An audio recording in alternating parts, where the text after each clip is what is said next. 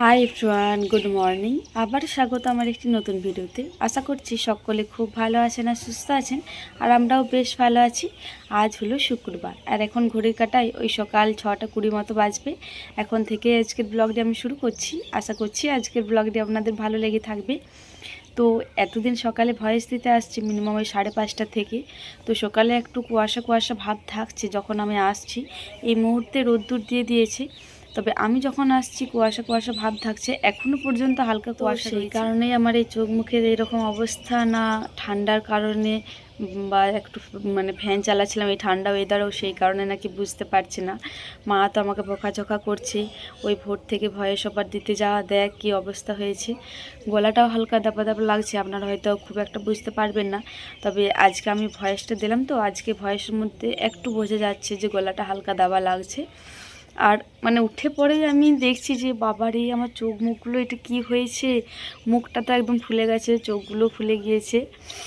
তো আজকেও মা বকাঝকা করছিল, তাও আমি শুনিনি, কারণ আমার ভিডিও আমাকে চালিয়ে যেতেই হবে। আমি ভেবেছি যে যে যাই বলুক না কেন, আমি এই পথ থেকে থামবো না যতদিন না আমি সফল হতে পারছি। আপনারা যদি আমার পাশে থাকেন, আমি জানি আমি একদিন ঠিক সফল হতে পারবো। তো যাই হোক, আজকে একটু মনটা খারাপ লাগছে আর একটু আনন্দও লাগছে। বাড়িতে যাব, বেশ আনন্দ লাগে, কারণ বাড়িতে সকলে থাকে, তো সকলে বেশ আনন্দ ঠাট্টা করে থাকি। যেহেতু সোনা পাপ্পা থাকে, সোনা মা থাকে, ওই দুজনের খুনসুটিগুলো দেখতে বেশি ভালো লাগে। কালকে সকালে এসেছিল, এসে পরেই দু ভাই বোনের যা ভালোবাসা, মনে হচ্ছে কতদিন ওরা নিজে মানে দুজন দুজনকে দেখেনি। তো সেই কারণে একটু আনন্দও লাগছে, আবার একটু দুঃখ লাগছে, কারণ আজকে মায়ের বাড়ির থেকে চলে যাবো এক নাম্বার, ওইটা তো ঠিক আছে। মায়ের বাড়ির থেকে চলে গেলে খুব একটা বেশি কষ্ট লাগে না যদি মা আরে কাছে থাকে। আবার আজকে মা আরেও চলে যাবে, আমি যাব তার কিছুক্ষণ পরে আবার মা আরে পিসি বাড়ি চলে যাবে গাজনের উদ্দেশ্যে। তো সেই কারণে একটু মন খারাপ লাগছে যে মাদেরকেও আর দেখতে পাবো না। সেই আবার বৈশাখ মাসের 1-2 তারিখ করে আসবে। আমার যেহেতু কাছে বিয়ে হয়েছে, তো সেই কারণে মাকে ছাড়া কোনো দিনও থাকিনি। তো তবে মা যদি 6-7 দিনের মতনও কোথাও চলে যায়, তখন মনটা বেশ খারাপ লাগে, যেহেতু আমি মাকে ছাড়া ছোটোর থেকে কখনোই থাকিনি। তো যাই হোক, চলুন, মন খারাপ করলে তো চলবে না, শ্বশুরবাড়িতে থাকতে হবেই। আর মাকে ছাড়া যে থাকিনি তা কিন্তু নয়। মায়ের যখন মাঝে একবার ভীষণই শরীর খারাপ হয়েছিল, তখন মিনিমাম ওই 15-20 দিন বা 1 মাসের মতন ছিল, তখন ঠিকই ছিলাম, আর ঠিকই পেরিয়ে যাবে, কিন্তু মনটা একটু খারাপ লাগে মায়ের জন্য। আর মা থাকলে না আমারও অনেকটা রেহাই হয়, সোনামাকে দিয়ে টুকিটাকি কাজগুলো বাগাতে পাই, বা সোনামাও একটু বেশ হাসি ঠাট্টা করতে পায় এই বিকেল টাইমটায়। ও বিকেল টাইমে মোটেও ঘরে থাকতে খুঁজে না, ও বিকেল টাইমে এই দিকে আসতে চায়, ওই ছোট ছোট বাচ্চাগুলোর সাথে খেলে থাকে। তো যাই হোক, চলুন, সোনামা এখনও পর্যন্ত ওঠেনি, আমার এই মুহূর্তে ভয়েসটা দেওয়া কমপ্লিট হলো। নিচেকে যাই, এরপরে খাবার আরে খাইগা টুকিটাকি। আর ব্যাগ প্যাকিং তো কালকে করেই রেখেই দিয়েছে, আপনারা দেখেইছিলেন। তো আজকে টুকিটাকি যেগুলো কুড়োতে রয়েছে সেগুলো কুড়িয়ে নিই। আর আজকে ভাবছি স্নানটা সেরে পরেই যাব একেবারে। তো একটু দেরি হোক, তাছাড়া এমনিতেই ঠান্ডা লেগেছে, মা আবার আরও বকাঝকা করবে, একেবারে স্নানটা করেই চলে যাব। তো যাই হোক, চলুন নিচেকে যাওয়া যাক, আবার আপনাদের সাথে পরে দেখা হচ্ছে। ছাদের দরজা শুধুমাত্র আমি এলেই খুলি, আবার আমি চলে গেলেই বন্ধ করে দিয়ে চলে যাই। যেহেতু আমাদের ছাদেতে সেরকম কোনো কিছু মেলা হয় না, নিচে যেহেতু তারা আড়ে রয়েছে ওইখানেই সব কিছু মেলা হয়, আর নিচেতে রোদ্দুরটাও বেশ ভালো আসে। তো সেই কারণে মা বললে একেবারেই চাবি দিয়ে চলে আয়, তুই চলে গেলে আর কেউই ছাদেতে উঠবে না। আর এই যে উপরেও সেরকম কেউ ওঠে না, তো সেই কারণে উপরে জানলাগুলোও দিয়ে চলে যাচ্ছি। মা থাকলে যদিও 1 থেকে 2 বার মতো উঠে, তবে মা আরও যেহেতু থাকবে না, তো সেই কারণে একেবারে ভালো করে লকগুলো দিয়ে দিচ্ছি। ভেবেছিলাম যে আজকে আর শ্যাম্পু করব না, মাথায় স্নান করব না, তবে আজকে রোদ্দুরটার ভীষণ জোর দিয়েছে। এখন তো রোদ্দুরের কোনো ঠিক থাকছে না, কোনো দিনে দিচ্ছে আবার কোনো দিনে দিচ্ছে না। বেলার দিকে ঠিকই দিচ্ছে, তবে সকাল থেকে সেই রকম রোদ্দুর দিচ্ছে না। আজকে সকাল থেকেই বেশ ভালো মতো রোদ্দুর দিচ্ছে। আর এদিকে সোনামায়ের দেখুন কতই না আদর, এখন না ও ভীষণ আদর করতে শিখেছে, জানেন তো। আর বাইরে সোনামায়ের পাপা দাঁড়িয়ে রয়েছে, এতবার ডাকছে সোনামাকে, মোটেও যাচ্ছে না। ওই যে তখন ভয়েসের কাজটি দিয়ে পড়ে এলাম, তারপরে দেখলাম যে মা সোনামাকে নিয়ে কন্ট্রোল গিয়েছিল। তো তখনকে আমি ভাবলাম যে স্নানটা সেরে নিয়ে, এই সময় সোনামায় নেই, আর আজকে যেহেতু শ্যাম্পু করলাম একটু তো দেরি হবেই, তো সেই কারণে সোনামা না থাকাকালীনই আমি এই শ্যাম্পু করা কাজটা সেরে নিয়েছি। তো এখন ঘড়ির কাঁটায় মিনিমাম ওই 9:30 মতো বাজছে। এখন আমি ঘর যাওয়ার জন্য একদম পুরোপুরি রেডি হয়ে গিয়েছি। তো দাঁড়ান, তার আগে জামা কাপড়গুলো কুড়িয়ে নিই, এগুলো সকালে কাচাকুচি করে মেলে দিয়েছিলাম যাতে জলটা ঝরে যায়।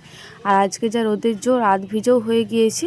সোনামায়ের এই 2 থেকে 3টে মতো প্যান্ট একটু ভিজে রয়েছে, ওগুলো একটু মোটা মোটা, তো তবে আমার এই সায়া ব্লাউজগুলো একবারে পুরো শুকনোই বলতে পারেন, আর মিনিমাম 5 মিনিট রোদ খেলেই হয়তো শুকিয়ে যেত।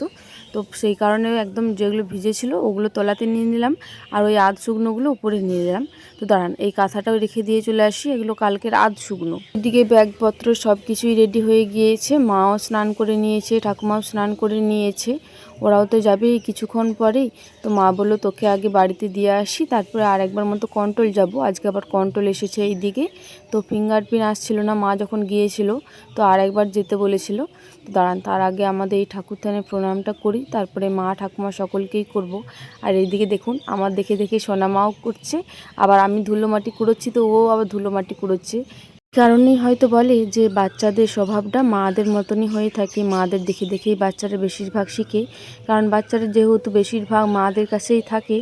তো যাই হোক, চলুন, এইদিকে আমি সব কিছুই রেডি করে নিয়েছি, ওইদিকে ঠাকুমা বসে রয়েছে, এরপরে টোটো এলে ওরা রেডি হয়ে বেরিয়ে পড়বে। তো দাঁড়ান, সকলকে প্রণামটা সেরে নিই, তারপরে না হয় বেরোবো।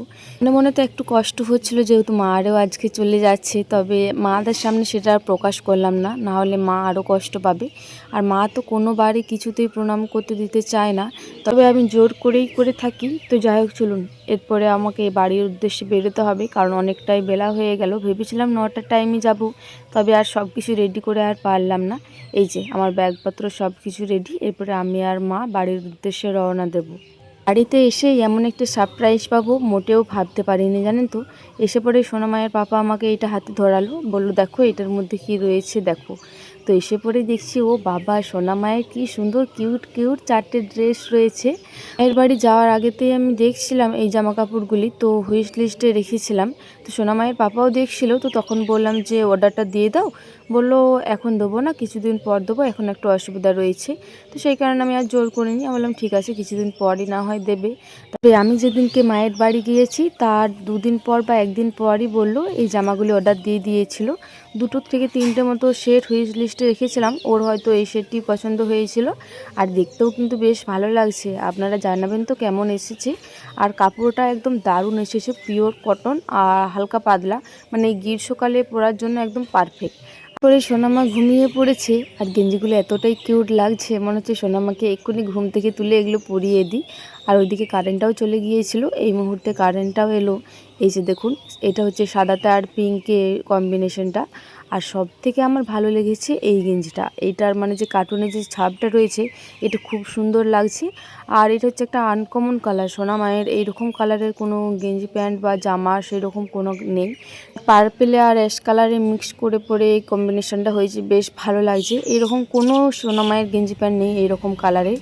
তো যাই হোক, সব থেকে আমার ভালো লেগেছে ওই গেঞ্জি প্যান্টটা। অ্যাশ কালারে রয়েছে এই যে গেঞ্জি প্যান্টটি, কালোতে আর পিঙ্কে। তো একটা মিকি মাউসের মতো ছাপ রয়েছে, আর প্যান্টটা ওই গুটি গুটি টাইপের। তো এই জামা প্যান্টগুলি কেমন লাগলো আশা করছি কমেন্ট করে জানাবেন। সে পরে রান্নাশালের দিকে গিয়েছিলাম, দেখলাম দিদি ভাইয়ের রান্না বান্না সব কিছুই কমপ্লিট হয়ে গিয়েছে। তো সেই কারণে আমি ভাবলাম তাহলে কটা কাচাকুচি করতে আছে, কাচাকুচি করে নিই। আর সোনামায়ের এই যে জামা কাপড়ের যে খাঁচাটি রয়েছে, এইটা অনেক দিনই হলো পরিষ্কার করা হয়নি। বাড়িতে থাকলে এই টুকিটাকি কাজের জন্য আর সেরকম পরিষ্কার করে হয়ে ওঠে না। আজকে এমনিতেও সোনামায়ের জামা কাপড় অনেকগুলোই ওই ব্যাগের মধ্যে রয়েছে, আর খাঁচার মধ্যেও অনেকগুলো ছিল, এগুলো নিয়ে যায়নি মায়ের বাড়িতে। তো সেই কারণে ভাবলাম সব কটা একদম বাইরে বার করে দিই। আর এই যে দেখুন ভেতরটা কতটা পরিমাণে ধুলো জমেছে, তো সেই কারণে বিশেষ করে ভাবলাম একবার ভালোভাবে সার্ফের গুঁড়ি দিয়ে অল্প জল দিয়ে ধুয়ে দেবো, তাহলে শুধুমাত্র ধুলোটা চলে যাবে। সেই রকম কোনো পিছন যে ময়লা বসে গিয়েছে সেই রকম কোনো কিছু নয়। এই খাঁচাটা বেশিরভাগ পরিষ্কার করে থাকি রাত্রেবেলায়, সোনামা ঘুমানোর পরে। সারাদিন সেই রকম কোনো টাইম পায় না টুকিটাকি কাজের জন্য। তো রাত্রেবেলায় যখন পরিষ্কার করি অল্প হালকা ভিজে কাপড়ে করে ভালো করে মুছে দিই। তবে আমাদের যেহেতু এখনও প্লাস্টার হয়নি, তো সেই কারণে রুমের মধ্যে যখন ঝেঁটায় না তখন প্রচণ্ড পরিমাণে ধুলো ওঠে, ওই ধুলোর কারণে আবারও ধুলো বসে যায়। তো যাই হোক, ওইদিকে সোনামা ঘুমিয়ে পড়েছে, তো সেই কারণে বেড কাভারটা এখন আর চেঞ্জ করতে পারলাম না। ও উঠুক, তারপরে বেড কাভারটা না হয় চেঞ্জ করে দেবো। আর এই দিকেতে কাচাকুচি করার জন্য 2টো বালিশের ওয়ার্ড, আর সোনামায়ের 2 থেকে 3টে মতো জামা প্যান্ট ঘরে পরা। আর ওই যে নতুন জামা প্যান্টগুলি আপনাদেরকে দেখালাম, ওই জামা প্যান্টগুলোই নিয়ে এসেছি। আমি নতুন জামা ধুয়ে বা কেচে ছাড়া আমি সোনামাকে খুব একটা পরাই না। তো যাই হোক, এইদিকে খাঁচাটা আমার কমপ্লিট হয়ে গিয়েছে ধোয়া, ওইদিকে আবার সোনামা উঠে পড়েছে। খাঁচাটা আগে জলটা ঝরতে দিয়ে চলে আসি, একটু রোদ্দুরে দিয়ে আসি, তারপরে না হয় কাচাকুচিগুলি সেরে নেবো। আজকে রোদ্দুরটি বেশ ভালো দিয়েছে, তাহলে তাড়াতাড়ি শুকিয়ে যাবে। নিচেতেই দিয়ে দেবো রোদ্দুরের যা জোর নিচেতেই শুকিয়ে যাবে সব কিছু। আর আজকে এই খাঁচাটা পরিষ্কার করে কী যে মনটা হালকা লাগছে। আমাদের জিনিসের থেকে সোনামায়ের জিনিস পরিষ্কার করলে আমার বেশি মনটা হালকা লাগে। আর এই যে এইদিকে আমার কাচাকুচু হয়ে গিয়েছে। ওইদিকে সোনামায়ের পাপাকেই বললাম যে তুমি 5টা মিনিট সোনামাকে ধরো, দেখো আমি এক্ষুনি কাচাকুচিগুলো করে নেবো, কারণ এগুলো খুব একটা বেশি ময়লা হয়নি তো, শুধুমাত্র ওই সার্ফের গুঁড়ি দিয়ে ধুয়েছিলাম। আর এই যে দেখুন, মানে সোনামায়ের জামা কাপড়ে পুরো পাহাড়ের স্তূপ হয়ে রয়েছে। তো এগুলো এই মুহূর্তে বাগাবো। সোনামাকে এই মুহূর্তে আমার স্নান করানো, টুকিটাকি ওই চাল মিষ্টি শরবত আরে খাওয়ানো কমপ্লিট হয়ে গিয়েছে। এখন ওই 11:30টার মতো বাজছে, 12টা বাজুক, তারপরে সোনামাকে ভাত খাইয়ে দেবো। ততক্ষণকে না হয় এগুলো সব কিছু বাগিয়ে দিই। এসব থেকে ব্যাগের ওই টুকিটাকি জিনিসপত্র বার করে রেখেছি, তবে জামা কাপড়ে একটাও হাত দিইনি। এরপরে জামা কাপড়গুলো সব কিছু বাগিয়ে রেখে দেবো। এই যে দেখুন, আমার সব কিছু এইদিকে বাগানো হয়ে গিয়েছে। আর ওই যে বেশিরভাগ জামা কাপড় সোনামায়েরই ছিল, এই খাঁচাটিতে আমি সব কিছু একদম বাগিয়ে রেখে দিয়েছি। আর কটা জামা প্যান্ট ভিতরে ঢুকবো, আর কটা জামা প্যান্ট ছোটো হয়ে গিয়েছে, ওগুলো যেখানে আমি ছোটো জামা কাপড়গুলো রেখে থাকি ওই ছোটো জামা কাপড়ের জায়গায় রেখে দেবো। মামা ঘুম থেকে ওঠার পরে এই বেড কাভারটা চেঞ্জ করে বেড কাভারটা কাচাকুচি করে নিচেতে মিলে দিয়েছি। আর এদিকে কাঁথাটাও রোদে দিয়ে গিয়েছিলাম, যেহেতু আমি যেদিনে বাপের বাড়ি গিয়েছিলাম তার আগের দিনকে সোনামা টয়লেট করেছিল, তবে তারপরের দিনে তো আর রোদে পরে দিয়ে যাওয়া হয়নি, তো সেই কারণে বিশেষ করে আজকে একটু রোদটা খাইয়ে দিলাম, তাহলে যে টয়লেট করেছিল ওইটার গন্ধও চলে যাবে। আর এতদিন আমি থাকিনি, আমি থাকলে মিনিমাম ওই 6-7 দিন বাদ তো রোদে দিই, তো সেই কারণে একটু রোদে দিয়ে দিলাম, তাহলে যে হালকা গ্যাসটা উঠে ওই গ্যাসটাও আর উঠবে না। তো আজকে ওই সাইডে আর কোনো জায়গা ছিল না, অনেকগুলো জামা কাপড় মেলা ছিল, বাবার অনেকগুলোই হয়তো কাচাকুচি করেছে মা, তো ওগুলো আর সরালাম না, দুটো তালায় পেতে দিয়ে দিয়েছিলাম, বেশ সুন্দর ধরে গিয়েছিল কাঁথাটা। পর থেকে মনে হচ্ছে এইরকমই করতে হবে, কারণ কাঁথাটি বেশ ভালো মতো রোদ্দুর পাচ্ছে নিচেতে দিলে। যাই হোক, সোনামাকে ওর পাপার কাছে রেখে দিয়ে এসেছি নিচেতে, এইদিকে আমি তালাইগুলো জায়গা মতো রেখে দিলাম। এইখানেই আমাদের টুকিটাকি সব কিছু রাখা হয়, একটা মাচার মতো করে দিয়েছে। তো যাই হোক, চলুন ওই দিকেতে যাই, যে পরে ভালো করে বিছানাটা ভালো করে পরিষ্কার করে নিই, কারণ এই বিছানার মধ্যেও কীভাবে যে ধুলোবালি ঢুকে যায় আমি বুঝতে পারি না। এই ধুলোবালিগুলো আগে ভালো করে পরিষ্কার করে নিই, তারপরে না হয় বেডশিটটা পেতে নেব। আমাকে মনীষা বুনুদের বাড়িতে দিয়ে এসেছি, তো সেই কারণে একটু তাড়াহুড়ো করে বেডশিটটা পেতে নিয়েছি, ওইটা আর পুরোটা আপনাদের সাথে শেয়ার করতে পারলাম না। এই যে বেডশিটটা পাতা কমপ্লিট করার পর আমার বিছানার লুকটা কেমন লাগছে আশা করছি কমেন্ট করে জানাবেন। আর এই যে সুতির যে বেড কাভারগুলি রয়েছে, এগুলো যতই পুরনো হয়ে যাক না কেন, পুরনো হলে যেন বেশি করে পাততে ইচ্ছা করে, বিশেষ করে এই গ্রীষ্মকালে বেশি ভালো লাগে। ওই 1:30 মতো বাজছে, এই মুহূর্তে আমার ঘর বাগানো মানে মোটামুটি কমপ্লিট হলো একদম, মানে যেগুলো বাগালে না নয় সেগুলো এখনও বাকি রয়েছে। এরপরে বিকালে ঘরটা ভালো করে ক্লিনিং করে নেবো, ভালো করে মুছে নেবো, এখন আর মুছবো না। এরপরে সোনামায়ের প্রচণ্ড পরিমাণে ঘুম পেয়ে গিয়েছে, ওকে এরপরে ঘুম পাড়াবো। তো যাই হোক, চলুন ওকে মনীষা বুনুদের বাড়িতে একবার দিয়ে এসেছি, ওকে নিয়ে আসি, তারপরে ঘুমটা পাড়িয়ে দেবো। আপনাদের সাথে আবারও বিকালে দেখা হচ্ছে, টাটা। কোন ঘড়ির কাটায় বিকাল ওই 4টে মতো বাজে, এখনও পর্যন্ত সোনামাকে খাবার খাওয়াইনি। ভাবলাম ঘরটা ঝাটপাট দিয়ে দিই, তারপরে সোনামাকে খাবার খাওয়াবো। ওইদিকে সোনামায়ের খাবার রেডি করে দিয়েছি, রেডি করে ঠান্ডাও করতে দিয়ে দিয়েছি। আর ওইদিকে ভাবলাম পাপোশগুলো ততক্ষণকে একটু ভালো করে ঝেড়ে নিই। পাপোশগুলো যা পরিমাণে ধুলো হয়েছে কি আর বলবো। এই পাপোশগুলো 3 থেকে 4 দিন বাদ যদি ধোয়া হয় সব থেকে বেশি ভালো হয়। এত ঘন ঘন না ধুতে পারলেও আমি মিনিমাম 4 থেকে 5 দিন বা 5 থেকে 6 দিন বাদ ধুয়ে রাখার চেষ্টা করি, কারণ প্রচুর পরিমাণে ধুলো হয়ে যায়। ওই যে বললাম একটাই কারণ, এখনও যেহেতু প্লাস্টার হয়নি, তো সেই কারণে ঘরে যতবার ঝেঁটোই ততবারই ধুলো হয়। আর বাড়ির সকল জিনিসপত্রতে সব কিছুতেই ধুলোর পরিমাণটা আমাদের বাড়িতে একটু বেশিই থাকে। শুধুমাত্র আমার রুমে বলে নয়, আমাদের বাড়ির প্রত্যেকটা রুমেই একটু ধুলোর পরিমাণটা বেশি থাকে, কারণ প্রত্যেকটা রুমেই যখন ঝেঁটানো হয় ধুলোগুলো উড়ে আর সব কিছু একদম জিনিসপত্রতে বসে যায়। যেহেতু ও দাঁড়াতে শিখে গেছে বা চলতে শিখে গেছে, তো ওকে নিয়ে কাজ করতে খুব একটা অসুবিধা হয় না। তবে এই ঘর পরিষ্কার করলে না, ওই জলটা প্রচণ্ড পরিমাণে ঘাটে, তো সেই কারণে বিশেষ করে একবার মনীষা বুনুদের বাড়িতে দিয়ে এলাম, যে একবার ধর আমি ঘরটা পরিষ্কার করেই নিয়ে চলে যাব, কারণ ওকে এখনও পর্যন্ত রেডি করানো হয়নি, শুধুমাত্র খাবারটা খাইয়েই পাঠিয়েছি।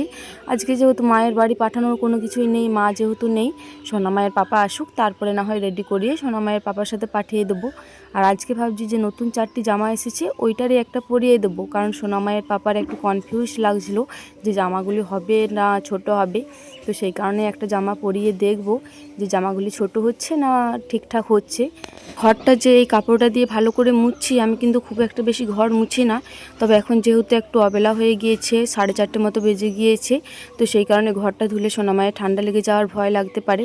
ঘরটা ধুলে তো অনেকটা জল দিয়ে ধুতে হবে, তো সেই কারণে শুকনো শুকনো করে একটু মুছে নিচ্ছি, তাহলে তাড়াতাড়ি শুকিয়ে যাবে আর ঠান্ডা লাগার কোনো ভয়ও থাকবে না।